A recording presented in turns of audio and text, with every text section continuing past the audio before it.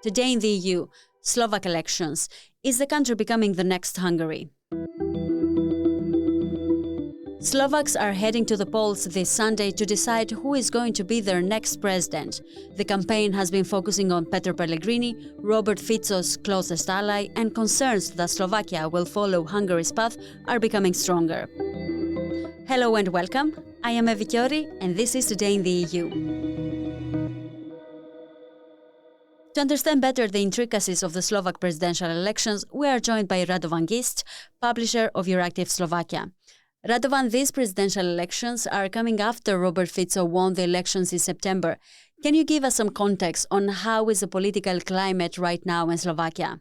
Obviously, political climate is quite polarized. Robert Fico came to power with a, clear mandate or clear plan to actually help people that were close to his political party and close to his previous governments to avoid any kind of criminal investigation. And also, he took on board coalition allies that had more or less the same interests. So, on one hand, it's a Slovak National Party, far-right nationalist party. On the other, it's Hlas SD, which is a split off from Smer, basically the same people that were in previous Smer government. So, you have this block of political parties around Robert Fico. Mm-hmm.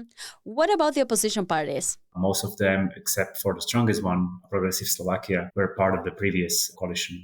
Within this context, presidential elections are going to be very much polarized because you have one candidate, Pellegrini, from the party Hlas, which is part of the governing coalition. He's actually now president of the parliament, who is strongly connected to Fico. Mm-hmm. And on the other hand, you have the opposition candidate, Korčok. Now, Europe is looking at this election with particular interest, I would say, since there are concerns that Slovakia may follow the path of Hungary, especially because Fico has voted in the past to fight Brussels. So how is the situation now, and what reactions did you see from the EU? Well, the first thing to remember is that this is not Robert Fico from 2016 or 2012. Back then, he was still a populist. He was trying to play very much in the political center in Europe. So, he presented Slovakia as a trustful ally. He actually at one point said that Slovakia will always be in the core of the most integrated countries in the EU. Now things have changed, and they have changed for two reasons. First, he came back to power by appealing to different groups of people or voters who believe any types of conspiracy theories. So protecting Slovakia against Brussels is one of the main topics of his political rhetorics now. On the other hand, his main political interest now is to overrule institutions that are a backbone of the rule of law in Slovakia, because this is the way how he can protect his people from being persecuted for whatever they did in the past.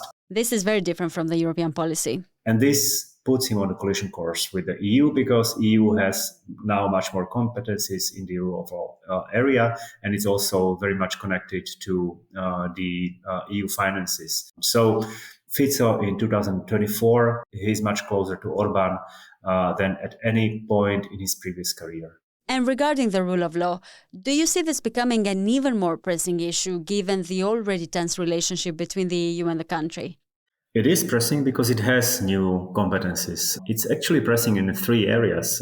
One is Slovakia is part of the EPPO, Enhanced Cooperation, which means Slovakia has actually promised some form of institutional structure to fight high-level corruption and misuse of EU funds. Changes introduced by Fico could, and actually they seem to go against this promise. So there will be a conflict. The other area is the rule of law conditionality. Again, very important thing. Slovakia will probably introduce things that go against the proper management of EU funds in the country. The concerns regarding the rule of law have been expressed in the parliament as well by Ivan Štefanek, Slovak MEP with the EPP group. Spravodlivosť a rovnosť pred zákonom sú dnes na Slovensku ohrozené. Justice and equality before the law are under threat in Slovakia today. Prime Minister Fico began his exercise of power by attacking the independent media. He has also targeted independent institutions and anti-corruption bodies. I don't think it could afford to wait for a few years as it did with Orban's Hungary, because we saw it leads nowhere. And at the same time, it could be politically expensive for the Commission. And the last part is the rule of law mechanism according to Article 7 of the Lisbon Treaty. This is much more difficult, obviously. Even if Commission moves on this with the previous government in Poland, Poland and Hungary protected each other from any type of sanctions.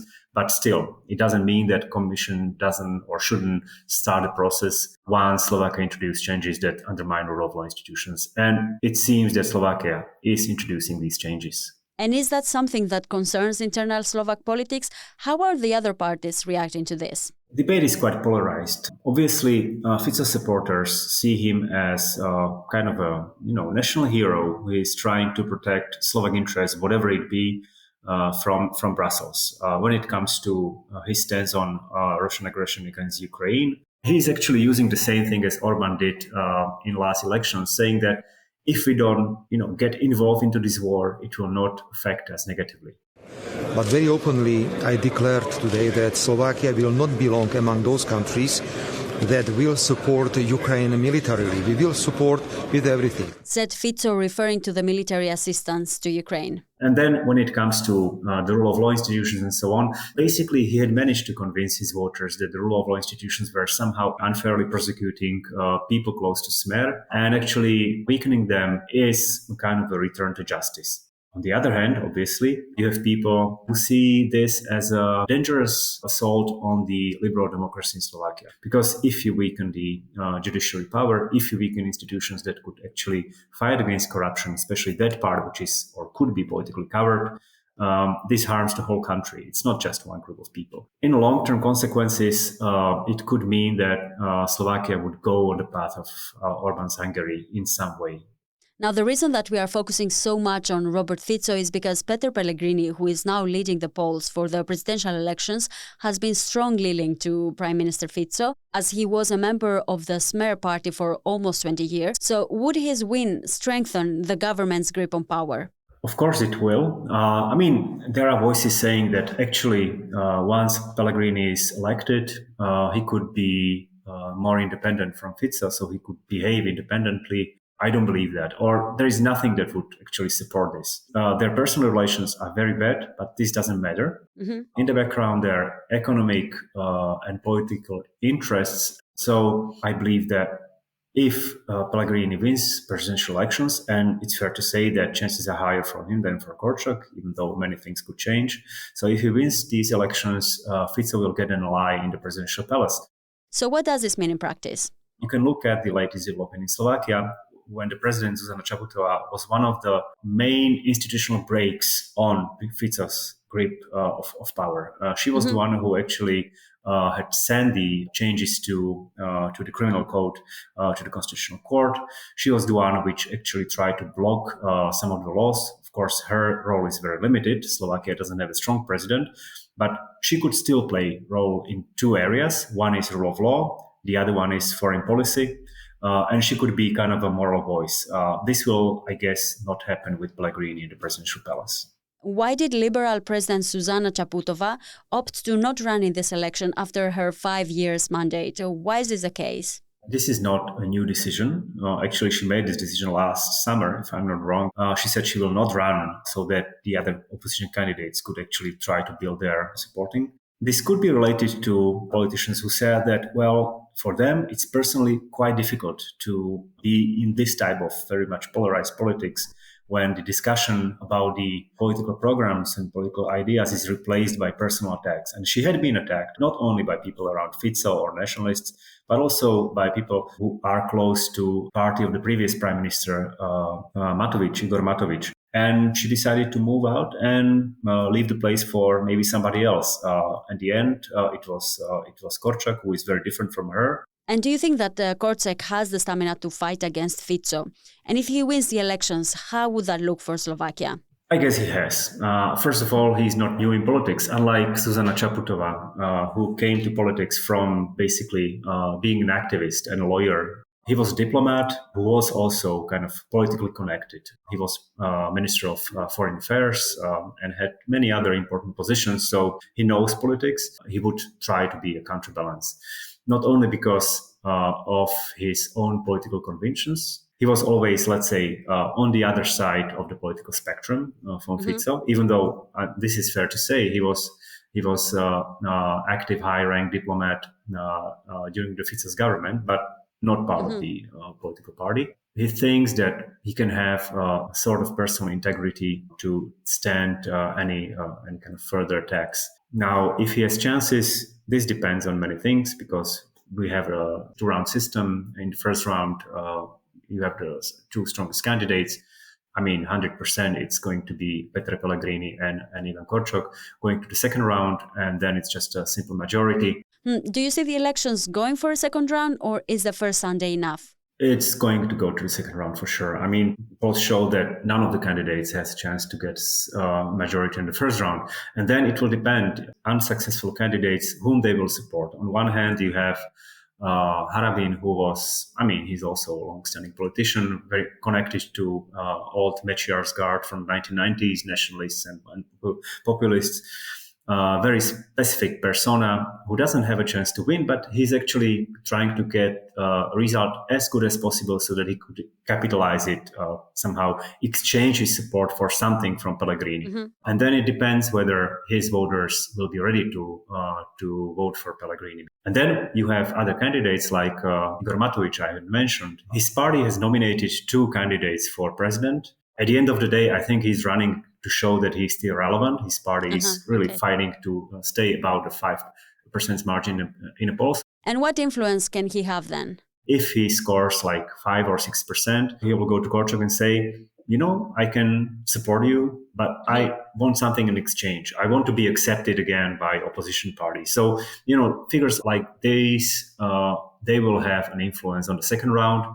Polls show that Pellegrini could win with a slight margin. And on the other side now, if this would be the scenario and Pellegrini would win the elections, how would the new reality look for Slovakia? It would be much easier for Robert Fico to continue with what he was doing, so basically dismantling the rule of law institutions, which actually would put him on a collision course with the European institutions.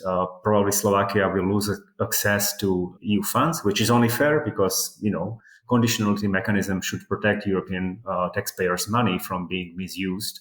So we will have some kind of, urbanization of Slovakia. On the other hand, and this has to be said, Fico doesn't have strong support in the parliament. He has a majority of 4 MPs, which is not too much. And also, all the MPs from the Slovak National Party, save for one, are not members of the Slovak National Party. They are members of different groups. Would a government led by Fico be stable? The stability of Fico's government rests on 2 pillars, I think. One is fear that once they lose power, they will never get back to power, also because they will be criminally prosecuted for what they did in the past. And the second one is money. If they lose access to European money, there will be much less to redistribute to your allies. There will be much more economic and social unrest in the country.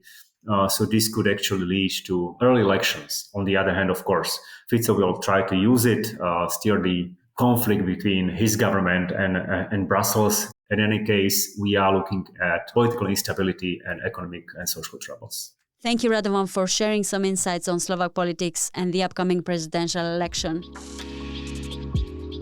I am Evi Kiori, and this was Today in the EU. Visit Euractiv to stay on top of the latest news, sign up for our podcast newsletter, and if you haven't subscribed yet, you can find us on Spotify, Apple Podcasts, or wherever it is that you get your podcasts. This episode was produced by myself, Miriam Saenz de Tejada, and Nicoleta Yonta. Thank you for tuning in. We will be with you again on Monday.